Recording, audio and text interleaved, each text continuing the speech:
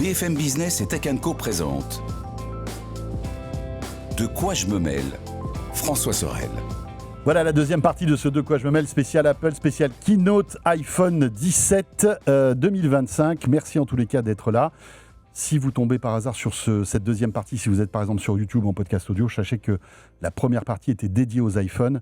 Et sur l'ambiance de cette keynote, on en parle aujourd'hui avec Anthony Morel de BFM Business, Pierre Fontaine, fraîchement arrivé à la rédaction de Tech Co et de BFM Tech, et Nicolas Guyot, rédacteur en chef de clubic.com.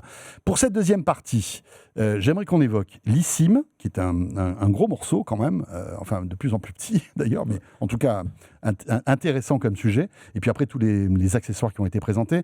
Un mot sur l'eSIM, parce que je sais que Nico, tu as un petit coup de gueule là-dessus. Visiblement, l'iPhone 17, l'iPhone Air, pardon, lui sera dans le monde entier, worldwide, 100% eSIM, parce que je pense que c'est même pas possible de mettre un tiroir eSIM, carte SIM, il est trop fin. 6 mm d'épaisseur, c'est impossible. Voilà, au-delà du fait de garder de la place pour la batterie. Mais ce qu'il y a d'étonnant, c'est que sur les autres iPhones, eh bien, il va avoir deux modèles à deux vitesses en quelque sorte. Alors oui, parce qu'Apple nous a présenté ses nouveaux téléphones en disant c'est génial, on a l'eSIM sur tous nos téléphones, donc en fait on peut mettre plus de batterie dans le téléphone, plus de place pour la batterie, donc plus d'autonomie. Sauf que après la présentation, on a eu des petits indiscrets qui ont commencé à tomber. Et on s'est aperçu qu'en Europe, en fait, les iPhones garderont leur fameux tiroir à carte SIM, et donc on aura des iPhones qui auront une autonomie moindre que ceux qu'on trouvera aux États-Unis ou dans le reste du monde. Le 17 Pro Max, c'est 39 heures en vidéo de mémoire, et c'est 37 en France, par exemple. C'est dingue. Parce qu'en fait, le tiroir empiète sur la batterie. Et donc la batterie est plus petite. Voilà. Et c'est donc, mais alors pourquoi on est les hommes préhistoriques des télécoms, nous, avec la carte SIM, le chariot carte SIM? Parce qu'en plus, ça leur complique la vie, parce qu'ils doivent faire vraiment deux modèles différents. Enfin, j'imagine qu'en termes de logistique derrière et tout, c'est beaucoup plus complexe. Alors, j'ai pas l'explication. Il faut savoir qu'en Chine, vraiment, ils aiment bien les cartes SIM dans les téléphones. C'était il y a quelques années, je ne sais pas si ça dure toujours, mais de toute façon, ils ont toujours fait deux types de modèles, 100% carte SIM, eSIM aussi. Ouais, c'est ça, mais tu vois, en Europe, je pense que ça ne changerait pas grand-chose de leur point de vue. Mais je pense que c'est les opérateurs télécoms qui ont dit, nous, on veut garder la carte SIM. Enfin bon, si Apple dit, ok, vous voulez, mais on ne fera pas, c'est quand même Apple qui a la... Ouais, mais les opérateurs télécoms sont très puissants. Rappelle-toi la messagerie vocale, visuelle. La messagerie visuelle, ils ont réussi à casser le bras des opérateurs de téléphonie, à un moment en disant... mais là, ils n'ont pas réussi à casser le bras. C'est plutôt les opérateurs qui ont cassé le bras d'Apple, si tu veux. Ouais, mais comment ça se fait que ce soit tout le marché européen ? Moi, je me demande si c'est pas un problème de réglementation, ou un problème de marché. Parce qu'en fait, que tu as un problème sur un pays, mais tu dis... vous, je sais pas, en Angleterre, vous voulez encore le... Après, peut-être qu'il y a des opérateurs télécoms qui n'ont pas encore d'eSIM en Europe. Je ne sais pas. Et peut-être qu'Apple veut se préserver de ça. Franchement, je suis pas un expert du sujet. Là, il rame contre la marée, parce qu'il y a un moment... Mais je pense qu'il y a aussi une pression de la part des opérateurs télécoms qui veulent garder leur carte SIM, parce qu'à partir du moment où vous gardez une carte SIM, vous pouvez plus difficilement changer d'opérateur, malgré tout. Vous êtes obligé d'attendre votre carte SIM par la poste, ou alors aller en boutique, etc. Tu fais des économies aussi si tu dégages toute cette partie-là aussi. Pour en avoir discuté, alors c'était généralement complètement du off avec différents opérateurs de différentes couleurs en France. Les bleus, les jaunes, les oranges, les rouges. Voilà, je les ai pas cités. En fait, Free sont de quelle couleur? Blanc, vert, leur argument, alors il y a toujours l'argument du pour les vieilles personnes c'est compliqué. Et puis quand on creuse un petit peu, généralement ils disent c'est... Mais il n'y a pas de vieux aux États-Unis, par exemple. C'est ça qui est fort. Ils travaillent ou ils meurent. Voilà, c'est ça. Oui, donc ils n'ont pas d'iPhone. Bref. eSIM. Mais non, plus sérieusement. Et en fait, il disait aussi, c'est dans l'évolution de la télécommunication, de la téléphonie, c'est le dernier lien physique qu'on a encore avec nos abonnés. Donc à partir du moment où on perd cette toute petite carte et qu'on passe au dématérialisé, on n'a plus ce lien physique. Alors ça peut être d'un point de vue commercial, mais c'est aussi d'un point de vue technique, c'est un point de vue de l'accompagnement. Et donc c'est en grosso modo le dernier bastion où ils ont encore un petit peu le contrôle, et c'est remettre les clés effectivement aux fabricants de téléphones qui, via une interface, vont permettre de choisir son opérateur hyper facilement. Et il y a une sorte de délégation de relations qui est difficile à accepter, quoi. Mais on sent que la brèche va bientôt exploser. C'est-à-dire que voilà, c'est les derniers jours de la carte SIM. mais Il y a une tendance mondiale. Il y a une tendance mondiale à la montée de l'eSIM. Voilà. Ça, c'est évident. Mais les Français utilisent de l'eSIM. Quand ils partent en vacances dans un pays à l'étranger, tu utilises de l'eSIM. Et ça, c'est intéressant, c'est que ça remet aussi en question tout le fonds de commerce de certains opérateurs, parce que quand tu pars avec ton opérateur et que tu vas faire du roaming, alors maintenant en Europe, le roaming n'existe, enfin, il n'y a plus de frais de roaming. Le roaming existe, mais il n'y a plus de frais de roaming. Mais quand on va à l'étranger, on va payer en plus pour le roaming ou prendre un forfait en plus chez son abonnement habituel. Mais quand l'eSIM va devenir la norme, il y aura plus cette notion de roaming. Et donc, parce que le roaming, c'est aussi de l'argent qui est échangé entre les opérateurs. Ouais. Moi, je t'ai envoyé des gens qui ont consommé tant. Moi, tu m'en as envoyé 2 fois plus, qui ont consommé donc 2 fois plus. Tu me donnes de l'argent. Donc, ça revoit aussi en profondeur certains modèles économiques. Et ça, je n'ai pas enquêté particulièrement là-dessus, mais c'est des tendances qu'il faut quand même prendre en compte. Ouais, mais moi, ce qui me tue, c'est qu'en fait, là-dedans, on se pose pas la question, c'est la question du consommateur. En fait, tu as envie d'acheter un téléphone, tu commences à saliver devant une présentation d'un nouveau smartphone, et là, d'un coup, on te dit, ah bah non, en fait, et toi, tu habites en Europe, ah bah non, mais là, tu n'as pas la même autonomie. Là où je soupçonne que les opérateurs télécoms ont mis la pression sur Apple, c'est qu'on n'a pas le choix entre les 2 modèles. Ouais. On ne peut acheter que le modèle avec carte SIM. Vous ne pouvez pas acheter le modèle. Ils auraient pu faire ça. Après, dire, 50%, parce que de toute façon, ils les produisent, si tu veux. Alors, c'est peut-être en termes de logistique, c'était plus compliqué, mais ils auraient pu sortir un modèle 100% eSIM où vous gagnez 2 heures d'autonomie, les gars. Mais si vous voulez votre petite carte SIM, votre petit chariot, avec la petite aiguille, etc., vous pouvez. Voilà, vous choisissez. Non, mais la bonne question, c'est d'avoir l'iPhone Air, il ne sera pas vendu en Europe ? Mais voilà. Le truc, c'est qu'à un moment, s'ils arrivent à vendre l'iPhone Air en Europe, sincèrement, voilà. Évidemment, donc c'est pour ça, on vit les derniers mois de la carte SIM. Comme on me le dit dans ma petite oreillette, vous avez vu, j'ai une petite oreillette, elle est trop mignonne. Ça, c'est un bijou technologique, on pourrait en parler, je pourrais faire une émission entière là-dessus. C'est pas un AirPod 8, ça ? Non, mais vous vous rendez compte, là-dedans, c'est un truc de fou. C'est la première fois que tu utilises l'oreillette depuis tout ce temps. Non, ça fait 2-3 fois. Ah, c'est vrai ? En fait. Ouais. C'est vraiment super. Comme on me le dit dans ma petite oreillette, en fait, on peut aller aux États-Unis et acheter un iPhone 17 Pro Max ou normal. Avec l'eSIM. Oui, mais avec un clavier AZERTY. Elle est bonne, celle-là, monsieur. Je la prends. Attends, on l'avait pas fait depuis longtemps, elle est bonne. Non, mais c'est vrai. Le point est accordé. C'est vrai que je pense qu'il y aura beaucoup de gens qui vont se faire plaisir et qui vont ramener des iPhones, tout en vérifiant bien évidemment que les fréquences 5G, etc., soient compatibles, tout ça. Mais c'est vrai que ça vaut le coup.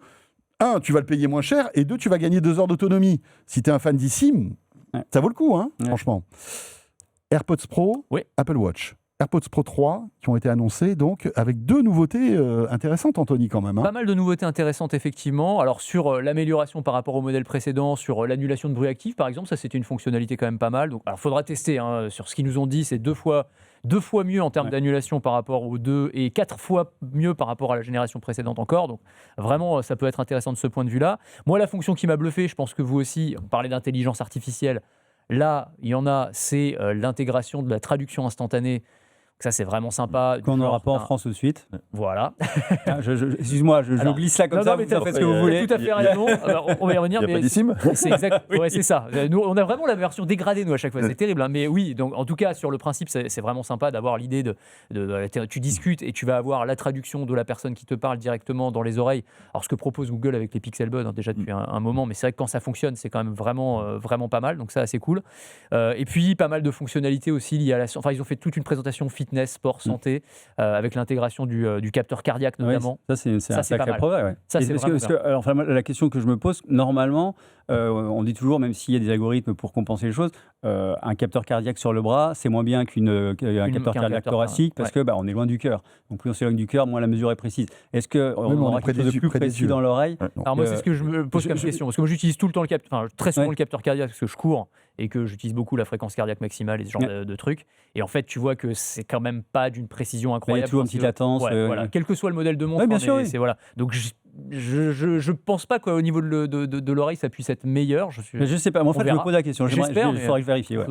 Mais je pense que l'oreille est un réceptacle, pour ne pas dire orifice, qui concentre beaucoup de fonctions santé, en tout cas de signes de santé. La température, typiquement. Ah oui, ça fait vrai. D'ailleurs, vrai. les écouteurs ont un capteur de température. Les enfants, souvent, alors pas tout le temps, mais on peut prendre la température dans l'oreille. Alors maintenant, c'est le front avec des trucs infrarouges, etc. Et je pense que il y a beaucoup de... Enfin, c'est très...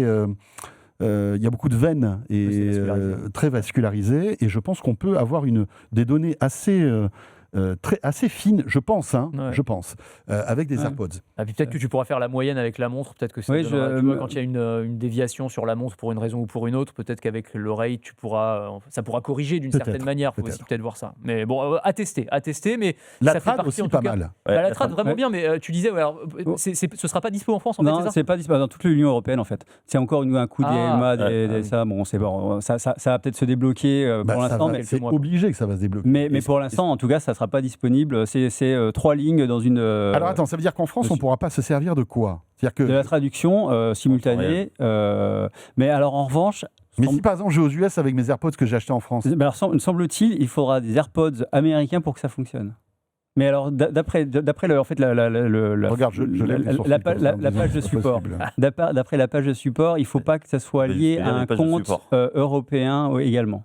Ah ouais. Mais ça va être... Ouais, mais t'as raison, ça va être débridé en l'espace de quelques mois. C'est de même qu'Apple Intelligence a un peu traîné les pieds pour arriver chez nous pour des mêmes raisons, des EMA, etc. Je pense que ça va arriver également. Mais en tout cas, oui, techniquement, c'est une Parce des nouveautés. Parce qu'Apple Intelligence, si mes souvenirs sont bons, si tu as un téléphone européen et que tu arrives sur le sol américain, ça marche. Il détecte que tu as quitté le sol européen et que tu es aux États-Unis, ça fonctionne. Donc je vois pas pourquoi les AirPods Pro que tu as achetés en France, à partir du moment où ils arrivent sur le sol d'un autre pays, je peux pas te donner l'information. Non, mais tu vois, on peut subiter ça. Finalement, ça dépend d'un fonctionnaire de Bruxelles probablement qui doit. Finalement, c'est pas en France que tu vas te servir le plus de cette fonctionnalité, puisqu'en général, on parle français en France la plupart du temps. C'est quand tu es à l'étranger. Tu vois, quand tu vas aux US, par exemple, ou si t'es pas anglophone, ou si tu vas en Asie. Après, il faut voir, parce que vu que c'est aussi lié au compte utilisateur, il faut voir si c'est pas un blocage aussi en fonction du compte. Je n'ai pas plus d'informations, on attend. Mais en gros, tu te mets en mode translate, moi tu me parles en japonais, j'ai la trad en temps réel. Ouais, parce que j'ai un super niveau de japonais. Mais il faut avoir un téléphone avec Apple Intelligence. Et alors, ce qui est génial, c'est que pendant qu'il y a la traduction, il y a le système de réduction de bruit qui diminue en fait la voix de votre auditeur. Et je trouve c'est génial. C'est des petites intentions, je trouve, qui sont top. Ça donne vraiment envie d'essayer ça, en tout cas. Bon, j'étais pas en France, mais... Puis surtout, vous vous rendez compte, ça désenclave totalement des discussions, des échanges. Ah oui. Alors pour ceux qui se demandent, parce que tu peux demander comment fait ton interlocuteur, par contre, parce que lui, pour le coup, on s'en fout. Sinon, c'est que dans un sens, il fait un monologue. Donc en fait, tu lui montres ton téléphone, et toi, ce que tu dis va être traduit instantanément. Sauf s'il a des AirPods Pro. Oui, alors ça, c'est le nec plus ultra. Ah bah oui, c'est ça le truc. Moi, le top, c'est AirPod. Ouais. Après, il y a l'écran, effectivement. Il y a un petit délai aussi quand on fonctionne avec l'écran, mais c'est là d'AirPod à AirPod, ça peut être pas mal, ça. Et puis l'autre truc, c'est que ça marchera même sur les AirPods Pro 2. Ça, c'est plutôt une bonne nouvelle. Et j'aime bien qu'on Apple est un peu généreux sur ces mises à jour. Les AirPods 4 aussi, non ? Il y a pas. Oui, les AirPods 4 aussi ont cette fonction. Et sur l'iPhone 3G aussi ou pas ? Si tu l'as encore et que tu as réussi à installer encore de la batterie. Voilà. Non, mais il y a aussi un point qui est intéressant, c'est qu'ils ont augmenté l'autonomie. Ça, c'est plutôt une bonne chose de se dire sur un truc aussi compact, aussi fin, de gagner en autonomie. Il y a 5 embouts aussi maintenant. 5 de taille différente. Et ça c'est important aussi, avec de la mousse dedans. Ce qui fait qu'il y a une mémoire, il y aura une meilleure mémoire de forme. En tout cas, ça se déformera moins et ça tiendra mieux dans l'oreille. Ça isolera mieux. L'isolation passive sera. Mais il n'y a plus de câble USB-C. Non. Dans l'emballage, il n'y a plus de câble USB-C. Tout le monde a des câbles USB-C. Mais bien sûr, enfin. Qui n'a pas ? J'en ai 3 dans mes poches. Et puis on fait du bien à la planète. Exactement. En fabriquant moins des câbles USB-C. Et la ligne comptable aussi. Et le prix est assez contenu en plus. Oui, 249. Attends, oui, 249. 249. Alors les AirPods Pro 2, sortie était à 289. Ouais. Donc c'est bien. Oui, c'est bien. Moi, personnellement, ils me font de l'œil effectivement pour courir. Bon, la traduction, pas de chance. Mais autonomie. Non, mais à un moment, il faut regarder le marché. Je sais pas, moi, 199, je dis OK, mais bon. Ah oui, non, mais après, il y a la taxe Apple. Et après, il y a toujours la question de la taxe Apple. C'est évident, toujours. Parce que le design a été T'as une pomme dessus, non ? Non, tu vois même pas la pomme. Juste un mot, moi j'ai utilisé tout l'été ceux-là, les nouveaux Bose, c'est les Quiet Comfort 2. Les deux, voilà, ils ont un nom qui est imprononçable, génération 2, et c'est incroyable. incroyable. La réduction de bruit, j'ai jamais vu ça. Tu feras un super bon cobaye pour les AirPods Pro 3. Tu te retrouves dans un truc et voilà, tester et comparer les deux. Mais franchement, Bose. Et c'est intéressant parce que je lisais un article sur Bose, petit aparté, ils dépensent énormément, quasiment toute leur R&D, c'est dans l'IA qui annule le bruit. En fait. Ouais. Ils dépensent des sommes C'est le nerf folles de la guerre. Hein. et visiblement ils y arrivent parce que, et même alors quand vous passez un appel en général, les appels que, enfin la personne qui est de l'autre côté du fil, de l'autre côté du téléphone et qui vous écoute avec ce type de truc, c'est pas génial. Et bien là, quelqu'un me dit mais waouh, on a l'impression que tu es vraiment au téléphone quoi. Franchement, c'est cher. C'est plus cher encore, je crois que c'est à 2,99. Wow. Alors après, on peut trouver des promos où ils sont plus accessibles, mais franchement, Bose a fait un produit incroyable. Et puis la qualité du son, n'en parlons pas, c'est dingue. Ouais. On referme la parenthèse. Apple Watch. Ah, c'est très bien. Mon petit cœur d'hypocondriaque frétille. Ouais, mais toi, mais pas d'Apple Watch. Non, c'est vrai. Bah non, mais du coup, tu vois, c'est le genre de truc qui pourrait peut-être me faire pencher. c'est tu vois. vrai Faut voir. Mais tu sais quoi, le jour où tu passes sur iPhone, on fait une émission spéciale. Ouais, c'est clair. Non, mais c'est vrai. Il faudra. Vraiment. Bah, tu sais, c'est ce qu'on dit. Parce que c'est ce qu'on un disait à la historique rédaction. Android, hein, Anthony. Moi, Ouais. moi aussi, je suis Android comme Anthony. Mais le truc, c'est ce que je disais à mon équipe, je comprends pas qu'on puisse pas utiliser une Apple Watch Ultra 3 avec un Android. Sincèrement. Mais ouais, mais moi aussi, Mais ça me voilà. frustre. Mais Moi, je suis carrément. frustré. Moi, je suis Ouais, frustré. carrément. J'ai pu utiliser des iPods, à l'époque des iPods, hein, je reviens, voilà, avec des Windows ou avec. Voilà. Pourquoi on peut pas faire ça? C'est vrai. Bah, la réalité, c'est que C'est tout. La réalité, Moi, c'est- dis-moi pourquoi. Vas-y. Non, mais j'ai pas de. Moi, en tout cas, j'ai pas de réponse. Je travaille pas pour Apple, donc j'ai pas de réponse officielle. Mais clairement, c'est des moyens d'étendre la puissance d'attraction d'un écosystème. Donc, si tu commences à dire, vous pouvez aussi utiliser avec Android, ton écosystème iPhone plus Watch, il se fragilise un petit peu. C'est d'ailleurs assez critiqué en Europe. Je vous rappelle, il y a l'Union européenne qui commence à dire à Apple, vous réfléchissez à ce que les Apple Watch puissent être compatibles avec des téléphones Android. Parce que, effectivement, Bon, tout ce qui s'est passé, je ne sais pas si c'est toujours d'actualité, mais en tous les cas, ça a été pointé du doigt par l'Union européenne, ce truc-là, il y a quelques semaines. Parce qu'on pourrait imaginer qu'on puisse effectivement l'appairer et la gérer via une application Android. Alors peut-être pas avec toutes les fonctions, comme ça peut arriver par exemple sur les Galaxy Watch, mais au moins que la base fonctionne. Donc, je reviens sur les fonctionnalités et pourquoi. Alors, même si j'aurais du mal à lâcher mes Garmin, parce que pour la course, je trouve que c'est quand même vraiment bien. Mais effectivement, moi, la fonction qui m'a tapé dans l'œil, après, on pourra évoquer les autres, mais c'est la détection de suspicion d'hypertension. La capacité à détecter qu'on fait de l'hypertension. Donc ça, c'est le mal du siècle, hein, l'hypertension. Le silent killer, comme disent les Américains. Mais c'est vrai, parce qu'il y a souvent pas de symptômes. Et puis, voilà, là, tu vas avoir un suivi. En fait, il faut un référentiel de ta tension suivi des variations. Hein. Alors, C'est pas les chiffres systoliques ou diasto machin leak. Hein, mais ça détecte en fait une évolution. Voilà. C'est ça. Donc déjà c'est intéressant, c'est un premier pas, je trouve. Mais après ils ont bien insisté sur le fait que ils n'ont pas encore. Enfin, faut que ce soit approuvé par la FDA, tout ça. Faut que ce soit un dispositif médical. C'est pas encore le cas. Mais je trouve que toutes ces petites briques technologiques de santé qui s'ajoutent année après année, c'est quand même dingue.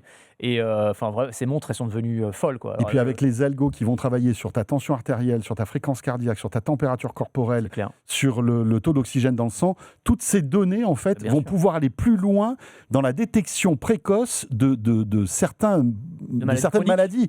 C'est ça qui est dingue. Qui pour le coup peuvent être réversibles si on les prend suffisamment à temps. Donc c'est quand même pour le coup, enfin je veux dire, c'est un enjeu de santé publique qui est énorme. Et puis on en parlait au début de l'émission, mais c'est vrai, bon, ils font leur pub là-dessus sur les témoignages. L'Apple Watch m'a sauvé la vie, mais c'est vrai que les montres connectées aujourd'hui, enfin je veux dire les cardiofréquencemètres, sans même parler de la fonction SOS parce qu'il y a ça aussi, mais il y a quand même pas mal de vies, Apple Watch ou autres marques d'ailleurs, mais qui ont été sauvées par ça, parce que effectivement tu te sens bien, tu as l'impression que tout est normal, et puis en fait ta montre te fait une alerte parce qu'en fait ton cœur s'emballe, tu t'en es même pas rendu compte, te dis ce serait peut-être bien d'aller voir le docteur ou d'aller à l'hôpital en urgence, et puis en fait si t'avais rien fait, tu serais peut-être mort, quoi. Enfin, je veux dire, c'est quand même pas rien. Là, pour le coup, meilleur argument de vente possible, l'objet technologique qui peut te sauver la vie. Et puis là, tout le monde est d'accord, en fait. Là, tu peux pas dire, oh non, je préfère mourir. C'est vrai que c'est ce que les montres connectées font le mieux, en fait, parce que là, on nous avait dit, bientôt, grâce à la montre connectée, vous pourrez vous passer votre smartphone, etc. Et en fait, on voit bien que on voit la notification, mais si on veut répondre un petit peu sérieusement à quelqu'un, sauf avec un micro-message vocal, on va reprendre son téléphone. Donc, ce côté, on se passe du smartphone parce qu'on a une montre finalement, même quand elle a une connexion maintenant 5G. c'est pas la révolution du quotidien. En revanche, le suivi de santé, parce que Tim Cook l'a pas dit, mais il disait régulièrement, c'est l'appareil, notre produit le plus personnel, parce qu'il est généralement toujours sur soi. Effectivement, c'est la santé, suivi du sport et santé, c'est les deux grands points forts des montres connectées. C'est pas tellement les notifications. Nico, Je en traite 10 juste un secondes. truc. En 10 secondes, l'autonomie améliorée, et ça c'est un gros point positif, parce que les montres connectées, il n'y a rien de plus Sauf agaçant. pour la de SE, devoir les mais charger. bon, elle Voilà. n'est pas chère. Ouais, mais voilà, donc il y a 5G et autonomie boostée sur les... Ouais, 5G, ça c'est la nouveauté. sur la SE3 Donc elle devrait et- consommer moins grâce à la 5G. En tout cas, c'est ce qu'Apple dit. Bon, on n'a pas tout dit, bien sûr. C'est compliqué d'être exhaustif dans ce type de discussion, mais voilà. Écoutez, on a dit ce qu'on avait envie de dire, en tout cas. Mais C'est large quand même. Ouais, c'est clair. Et on a parlé des prix, 269 € pour le modèle d'entrée de gamme, jusqu'à 899. Pour l'Apple Watch Voilà, Ultra. Ultra, ouais. C'est ça. Ouais. Merci beaucoup à tous les trois. Merci Anthony. Merci François. Anthony Morel, BFM Business. Merci à Pierre Fontaine. De rien, un plaisir. Rédacteur en chef adjoint de la plateforme Tech & Co et du site Tech & Co. Et merci à Nicolas Guyot, clubic.com. Merci François, merci tout le monde. Comme vous êtes bien installé, vous allez rester pour le petit module bonus. Ah bah, Ah bah attendez, plaisir aussi. petit module bonus qui Plaisir. est exclusivement réservé à ceux qui nous écoutent et qui sont en podcast audio, bien évidemment, et qui nous téléchargent. On garde évidemment ce petit format rien que pour vous et pour tous les autres. Merci de nous avoir suivis et à très vite. Salut à tous. De quoi je me mêle sur BFM Business et Tech & Co.